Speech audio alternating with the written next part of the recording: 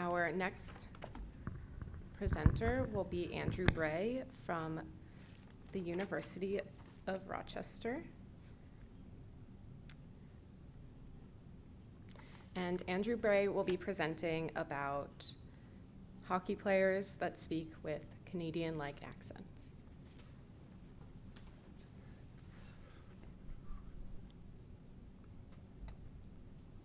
Thank you for that introduction. So we're kind of changing focus a little bit here, away from animal sounds to people sounds, if you will. And you might be wondering, how did I get to the point where I'm about to talk about a socio-phonetic study of hockey player speech? I've wondered that too a few times in the past few years, but basically I, at one point during my master's research, was attempting to figure out how ice hockey slang was developed, adopted, and used by players on different teams across different countries, and really just by hockey players in general. And it was during that time that I was asked the question that you see here at the top of this slide: are you trying to figure out why the Americans sound like fake Canadians? And that immediately had me shift focus, because of course I want to answer this question now. So what exactly does that mean? Well, the first thing I had to figure out was, how do you study this? How do you check to see if American players are sounding like fake Canadians? What does it mean to sound like a fake Canadian? And what is different between Canadian English and American English? So the question here I'm going to talk about today is, have American hockey players adopted linguistic variables commonly attributed to what we might call Canadian English or standard Canadian English? And if so, why? Why might this be happening? And I don't know if I have to get into this too much here in Ottawa, but if you look at the history of hockey, it is incredibly Canadian. So what you have here on this graph is a nationality demographic breakdown of the NHL, the National Hockey League, the AHL, the American Hockey League, and the ECHL. And you can see for the vast history of these leagues, the teams were predominantly made of Canadian players. In fact, if we go from the 1920s all the way till the late 1980s, Canadians didn't fall below 75% of the NHL, and they didn't fall below that 75% mark in the AHL until 1991. So what we have here is an incredibly long history of Canadian overrepresentation in the major professional hockey leagues in North America, which has kind of led to this Canadian identity linked to the sport, that you have these players, regardless of if they're Canadian or American, seeing the sport as Canadian and associating the identity of the athletes with Canada. So that might explain why you see some Canadian influence on the player's speech. But if you look to the far right side of this graph, you see the numbers are changing, and they're changing quickly, where Americans are becoming a larger percentage of the league, and they're starting to come to the point where they're almost in line with Canadian players, much to the dissatisfaction of Canada, most likely. So first, let's start with just establishing what Canadian English is, or how it's differentiated from other dialects of English spoken in North America. So turning to the Atlas of North American English, you can see that there are 3 linguistic variables that typically co-occur in what we call Canadian English or standard Canadian English. The first is the low-back merger shift, which is going to be the lowering and retraction of the tongue, the body of the tongue specifically, in vowels in words like bit, bet, and bat, so I, and a.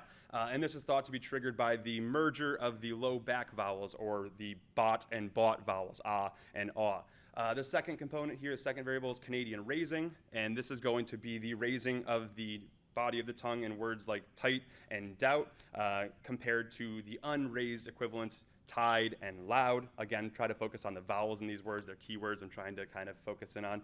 And then you'll see the one that's bolded here is the one I'm going to touch on, which is more peripheral and almost monophthongal status of the vowels in bait and boat, so A and O. And what that means is the peripheral aspect, they're either incredibly fronted or backed in the vowel space, and monophthongal, meaning there is only one configuration of the tongue, meaning the tongue body gets in and then kind of remains there instead of moving to a secondary configuration, which you'd see in a diphthongal pronunciation.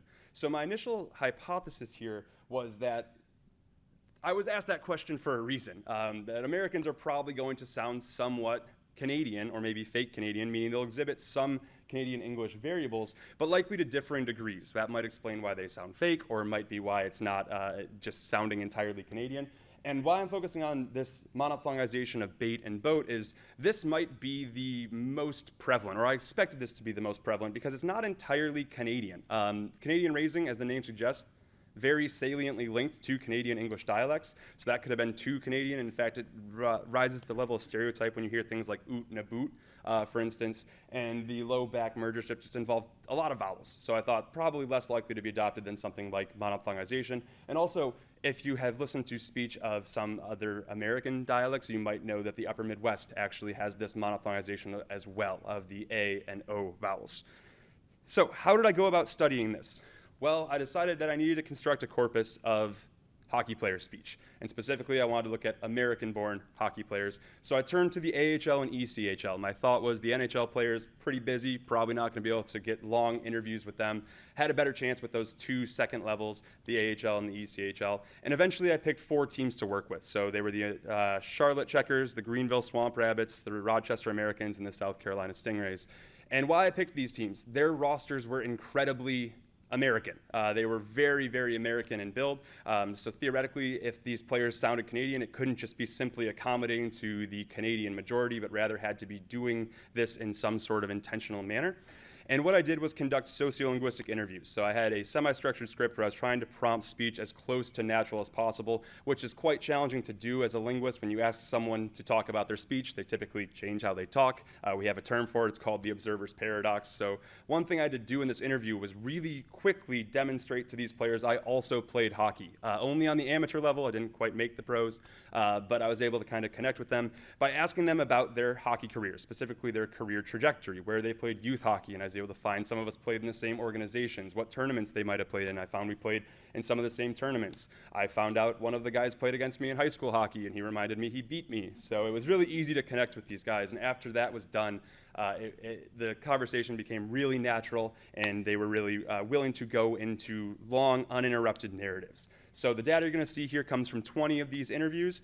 They were conducted during the 2017-18, 2018-19 seasons. And these interviews were typically about 30 minutes. I'd try to interview as many players as possible in a given setting. Basically, after I end one interview, I'd say, hey, is there anyone else I could talk to that you could think of? Anyone that might sound interesting? And they would basically start grabbing their teammates, and they would then come out and do interviews. So really quickly, I just want to explain a little bit about the acoustic analysis of this project. So what you see on this slide here is actually going to be a spectrogram taken from Prot. How I got this is I took the interviews that I conducted, I added the transcripts to the WAV files and uploaded this to the Dartmouth Linguistic Automation, or DARLA suite, which then kind of kicks back this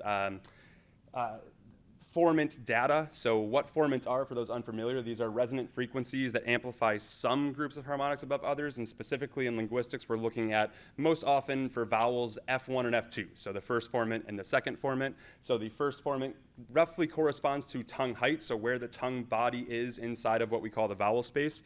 The second formant corresponds to tongue advancement, so how far forward is the tongue, how far retracted is the tongue. And what you can see here on the image, the little red lines made up of dots, these correspond to those formants. So these are the most amplified portions within that sound wave. So the lowest one, that's going to be the F1, the one above that F2. You can see you could go on to F3 and 4, but I'm going to focus on F1 and F2 here today.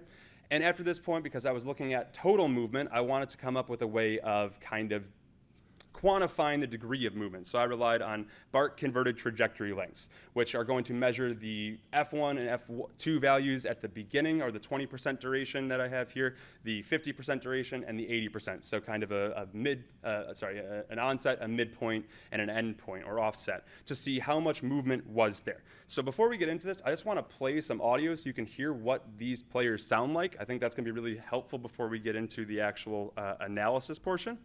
So here you have examples from bait and boat, so the A and O vowels. And the first one you're going to hear from Jones, who is a pseudonym. He is from Michigan. And I want you to pay attention to the bolded words. You have O and A to listen to. So they didn't know how to skate, so they called my grandma, who knew how to skate. And so she picked both of us up and taught us how to skate. And I just played hockey because my brother played hockey. So you hear so, no, and skate. And what that is, it's a really level tongue positioning. You don't have a lot of movement in these words. You'll hear it even more so in the second clip from Carter. He is from Minnesota, so a player from the upper Midwest. You know, like Minnesota, Michigan State, they kind of have their style of hockey. The East Coast, they definitely have their style of hockey as well, and it's not necessarily our style of hockey. I had to kind of change my game a little bit, adapt to the people, you know. So you hear Minnesota, you know, and coast. So this is really kind of the monophthongal realizations of these vowels. So turning to some trajectory plots, what these are mapping the tongue movement. So you can see on the y-axis you have the F1 value here represented as Z1, and on the x-axis you have the Z2 or F2. So this is kind of trying to better demonstrate where the tongue is in the vowel space. So why you have these other words, tight, tide, time, on the left graph is just to compare vowels that are diphthongal or ones where there is a good deal of tongue movement from the beginning to the end. Compare this to bait here, where you have the A, and it's very, very minimal in movement. In fact, our trajectory length for bait here was 0.53 bark, which is incredibly small. So this is definitely indicative of a monophthongal bait variant, which is something you would expect to hear in Canadian English, maybe the upper Midwest, but not really other American English dialects. Turning to the right side of the screen, you can see the same thing given for boat, only now you have some upgliding, or back upgliding vowels in doubt, loud, down. And you can see the number here is a lot larger. The trajectory length for boat was 0.93 bark, so it's larger and comparable to the more diphthongal variants of the back. So is this monophthongal? Not really, or at most maybe we'd call this pseudo-monophthongal. And let's compare this with where you'd expect these vowels to be in Canadian English. We see at the bottom there are some benchmark expectations for what Canadian English dialects typically are doing. So for F2, we're looking for a bait value over 2,200 hertz, and we see the players on the far right don't reach that. So they're not quite as fronted. They're not as peripheral as you'd expect. If we go to boat, you can see the expectation is less than 1,100 hertz, and we can see the actual data is 1,228 hertz. So again, they're not peripheral. So this might be why they sound fake in a sense, because they're not actually where the Canadians are producing these, but they are more monophthongal than Americans otherwise would be producing these. So they don't sound Canadian, but they don't really sound like you'd expect for American players. Now, my last thing I want to talk about today is the fact this all stemmed from me looking at hockey slang. And it was while I was conducting this research, I was asked another question that I wasn't really prepared for. Why do hockey players say hockey the way they do? And it linked back to that initial slang study. And I actually didn't account for this initially. I didn't think this was going to matter. So I had to go back and kind of recode after I listened to this quote, because you'll hear this player, Jones here again, is going into extensive detail about how the word hockey is meant to be pronounced within this community. And what I've done here is added IPA transcriptions, the International Phonetic Alphabet, to try and demonstrate the differences of how these pronunciations are being articulated. But you should be able to hear in this clip how much he varies what he's saying for each token. Well, I heard like hockey, like a lot of like hockey players say hockey, but like not like hockey. You know what I mean? Like, I don't know, I just know it as hockey, but I guess like if you play hockey, you say hockey, that's hockey, not like, oh, do you play do you play hockey? Like, no, I don't play hockey, I play hockey. So at that point, I knew I had to recategorize all tokens of hockey as their own distinct vowel, because clearly something's going on here. So I recategorized these, and I decided to see how distinct they were from what they initially were categorized as, which would be the bot category, the vowel ah. So then I went in and decided, let's see how much these two overlap. So I went and did a MANOVA test to calculate a Pillai score, which kind of quantifies the degree of overlap here, specifically between bot and hockey. And these scores range from 0 to 1, with 0 being complete overlap, 1 being completely distinct. So the lower the Pillai score return, the greater the overlap. So if we go to see where these actually map out to, you can see pretty quickly that hockey is noticeably lower than bot. Here we have an ellipsis that demonstrated the one standard deviation away from the mean. The Pillai score was 0.52, so we're well towards the 1 on that 0 to 1 scale. This was extremely significant. So yes, hockey players say hockey in a very specific way. So what this brings me to is where the direction of this research is going to continue in the future. Turning back to the first half of this talk, obviously something's going on with bait and boat. They are more monophthongal. Bait is definitely monophthongal. Boat is what I'm calling here pseudo-monophthongal, but this is not expected for American English dialects, so clearly it shows some influence of Canadian English. To Canadian players, this sounds like fake Canadian, right? Because they're not hitting those peripheral marks you'd expect. But to non-hockey players and to other Americans, this sounds Canadian. Players are constantly asked, are you from Canada? And they say, no, I don't try to sound like that. People might think I sound Canadian, but I don't think so. So what I'm arguing here is this is the construction of a linguistic variant or that is uniquely linked to hockey. It's influenced by Canada and Canadian English, but not entirely Canadian. It's unique to these players. And hockey here suggests an entirely novel pronunciation of a word that is linked to this community. And my thought is this is going to extend out back into my initial research into hockey slang, where you're going to see that hockey slang terms are pronounced differently than you'd expect for the other non-hockey related terms based on some of the variables I mentioned here today. Thanks. All right, thank you so much, Andrew. So now we'll start with the question portion of the session.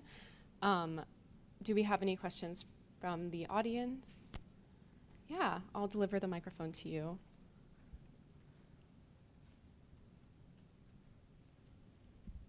Thank you. Thanks for the talk. I was curious, I'm aware of some studies looking at soccer, football, expats in England and how there's maybe a similar thing going on. I'm curious, have you done or will you be doing any perceptual studies where just because people think they're hearing something maybe doesn't mean that they're hearing it, or they're actually hearing something that's not being picked up on? Yeah, I tried to do a perceptual component to this study, and I would play clips, and I'd ask the player, do you think this is an American player or a Canadian player? And the issue was the first 3 times I did it, the players all said, oh, I know him. It's too small of a community, they all know each other too well, and basically it turned into this situation where people were saying by name, like, oh, that's Johnny, so he's American. So I do want to do something perceptually. I'll probably have to really branch out or just get a lot more data and probably get away from the pro levels, because it is such a small community at that level that they do just know each other too much.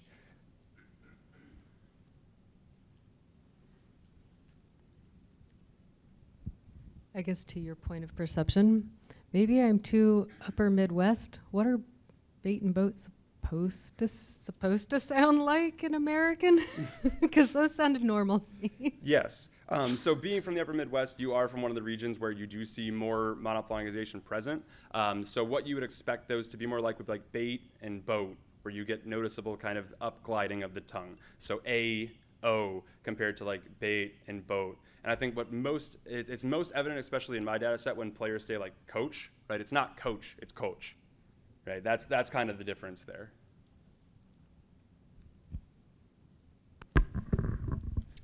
We have a few questions from online, and maybe one more in the room that we can get to afterwards. But so the first question is, have you looked into or considered looking into when this trend starts to appear in players? Do they already appear when the players join the leagues, or do they develop over time? Yeah, that is absolutely a study I want to start up here, because my thought process is this is going to become most evident when players start at the junior level. And junior might insinuate like youth. It doesn't. Junior hockey typically begins, I think, 14 or 15 is the earliest you can get into it, and lasts till about 20, 21. So my thought process is that's when this is going to be really beginning for these players. So that would be something I'd like to do, a longer study, a more longitudinal study, and check to see if players do kind of start shifting their pronunciation as they get older and as they start seeing themselves more as hockey players and identifying more with this identity and specifically this persona.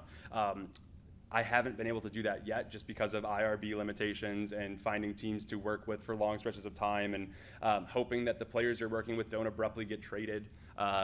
But my thought process is this is happening well before the professional level. And why I think this is if you ask players about slang usage, it is most prevalent in that junior level where you see the slang terms being most heavily adopted. And my thought is this is a process of lexical diffusion. So basically the slang terms get brought in and the players emulate the pronunciation of the slang terms, and they then pick up the Canadianness, because a lot of the players do also think the slang terms are Canadian in nature. When I did that slang study, a lot of players said, well, the Canadians make up the terms, so I think they borrow in the pronunciations, and it kind of bleeds out from there. So as they get older and start using more of these slang terms and it becomes more indicative of their persona, then I think it becomes stronger, and that's why you see it at this high level where these American pros do sound Canadian to the non-hockey laymen's out there.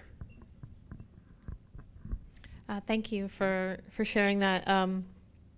Another question we have is, I think you touched on this during the presentation a bit, but could some of these linguistic effects be due to general regional proximity to Canada, either from where the player is from, or regardless of where they're playing when they're being studied, and maybe not necessarily to hockey in particular.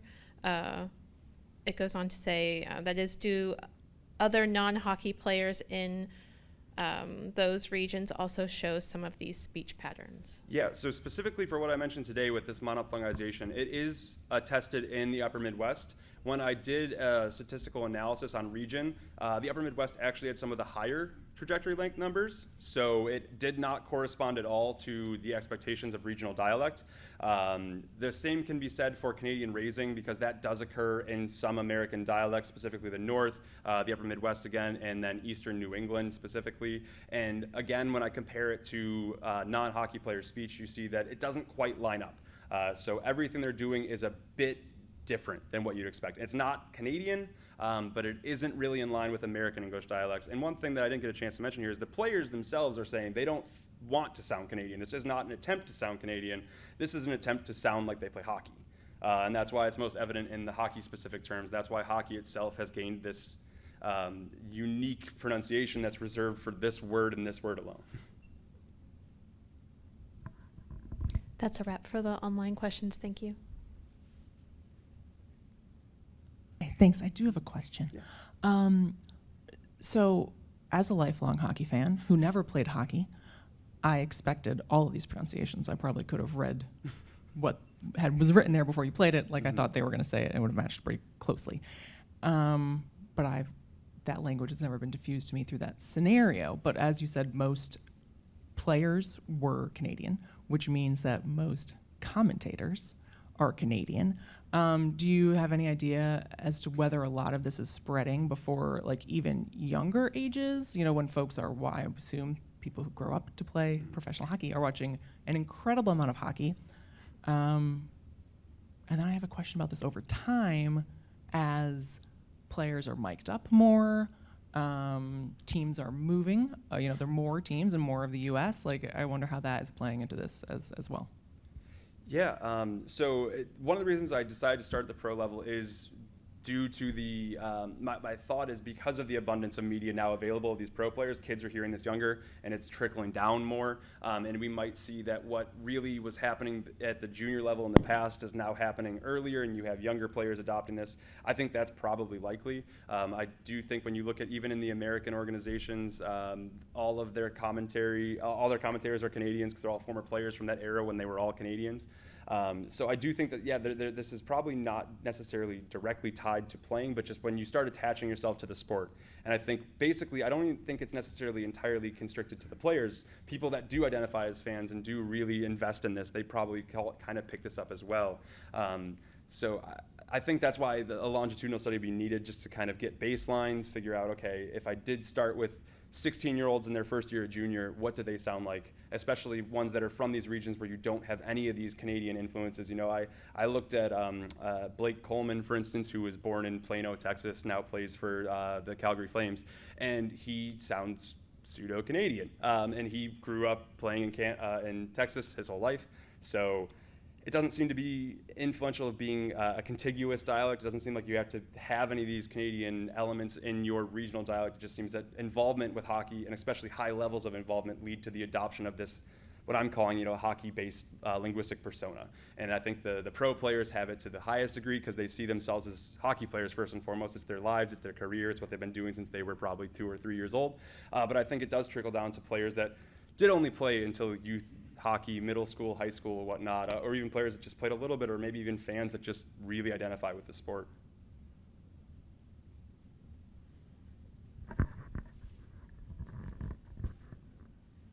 Would it be possible for you to go a little bit into the chronology of your research? You mentioned this started as a master's thesis, so that's quite a number of years ago. What have you known for some years? What is recent and new, and also what are you going to try to find out in the next few years? I guess it started in a non-academic sense when I began my undergraduate work and I was playing for a team. This was the first time I had to move to a different region, and I noticed that no matter where my teammates were from, we all were saying the same slang terms. So that's kind of what sparked the interest in the slang terms first. It seemed like it didn't matter if you're from Michigan, Ohio, Illinois, Massachusetts. We had a few players from other eastern states, and they were all using the same slang. So I said, okay, I want to look at slang because I know hockey, it's kind of like surfing, it's kind of like skateboarding. It has this huge lexicon of sport-specific terms that everyone just seems to know. So I started there looking into that for the master's research. That's what my thesis was on. I was just trying to compile slang terms, and I wanted to establish hockey as this community of practice is the term that we use that is kind of interrelated across teams, across leagues, across age brackets, whatever you wanted to look at. And that's how the slang kind of diffuses throughout. And it was during that time that I was asked the question, why do Americans sound like fake Canadians? So then I had to dive into that. So that was what I looked at for my doctoral research, was trying to establish, do Americans sound like fake Canadians? And kind of the results were, yes, but more so they sound like hockey players. American hockey players are trying to sound like hockey players, and they might be borrowing more heavily from Canadian English to do so, or what they hear is Canadian English, or what Canadians hear is Canadian English, but they're trying to sound like hockey players. And then I got to this term hockey, and it immediately linked back to the slang. So now the thought process, I'm beginning a study now to basically collect an exhaustive list of slang. I think in my thesis I had about 50 terms, is between 50 and 70 terms, and that was from 2015, so I know it's expanded since then. So I want to get an exhaustive lexicon of hockey slang, and then I'm going to start having people record these slang terms as well as non-hockey related terms and word lists or reading passages to kind of see, do they differ in pronunciation? So do they pronounce the hockey slang terms differently? And then I'd like to do a longitudinal study to see if that does actually diffuse out. So as they pull in hockey slang, does it come with that accent? Does it come with the Canadian influence? And then does this bleed out just from the slang terms, then maybe to hockey-related terms? For instance, in Canadian raising, the word ice would be a word that raises. So outside of Canada and the upper Midwest and the North, you'd have something like ice, where you kind of have a lower I, but here you would have ice, and that's extremely raised for these players. So you have this extreme raising occurring there. And obviously that's not a hockey slang term, but it's something really hockey linked because they play the sport on ice. And then I'd like to see if it does fully diffuse out into non-hockey related words, because the theory is obviously the further away you get from hockey, the less likely you are to see these Canadian elements. Also, I'd like to get non-hockey related context. That's a question that comes up a lot. Have you looked at data from players when they're not in the ice rink? And no, the answer is no, not yet. But in the future, I'd like to see, do they sound different when they are out shopping at the grocery store compared to when they're in an ice rink? Because all these interviews occurred in locker rooms, in ice rinks, before and after practice, which isn't great for acoustic data. Sometimes I'd lose bits because you'd hear, guys getting medical treatment, or someone would turn on the music. Or I did learn that the refrigeration unit of an ice rink runs right in the middle of the acoustic area I was trying to study in one of the rinks I was at, so I had to change rooms the next day. But I thought it was a good trade-off, so I could keep the context specific. But in future, I want to look at other contexts as well. One other question, if I may. This is a social-linguistic phenomenon. Mm-hmm. Should I understand that people are subconsciously adopting these sound attributes, or are they more or less consciously really trying to belong and trying to do the Canadian thing? Do you maybe know some people who can't pull it off to their regret? Yeah, I think that's a good question to see if this is below level of consciousness or above the level of consciousness. And I would imagine a lot of it is probably below, because a lot of the players, when you press them and say, do you think you sound Canadian, they hit back hard with no.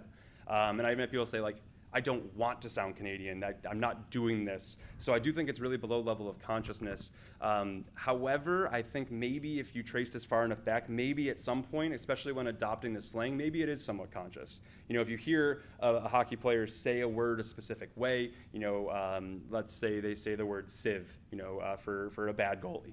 And they say it with a certain pronunciation, maybe you bring in sieve with that pronunciation into your own speech, and it's conscious at first, but then as it bleeds further out, I imagine that's happening at an unconscious level.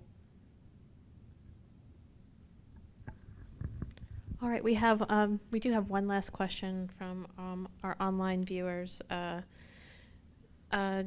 Do you work with any players, or have you talked with any players whose first language is not English? Yes, not yet. So basically the other side, so sorry I didn't add this in my answer of future research, I want to go back and look at first Canadians to see, do the Canadian players now start to sound more like this hockey persona, and are they drifting away from what we expect for non-hockey playing Canadians? And then after I kind of get that side, then I'd like to look into players that are learning English, when they learn English. Did they learn English before coming over? I think you'll get a lot of different influences when you're looking at some of the Scandinavian countries or some of the Slavic countries. And the issue that comes up then is making sure that the components of their native language aren't interfering with what I'm studying. But I do think that would be something I'd want to look at in the future and see what is going on for players that are learning English entirely in this hockey context, specifically for talking to teammates or talking to the media in a hockey sense. So future research, have not got there quite yet though.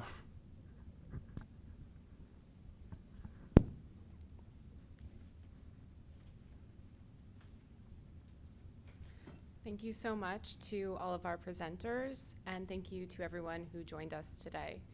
Our next press conference will be at 2 p.m., and I look forward to seeing you all there.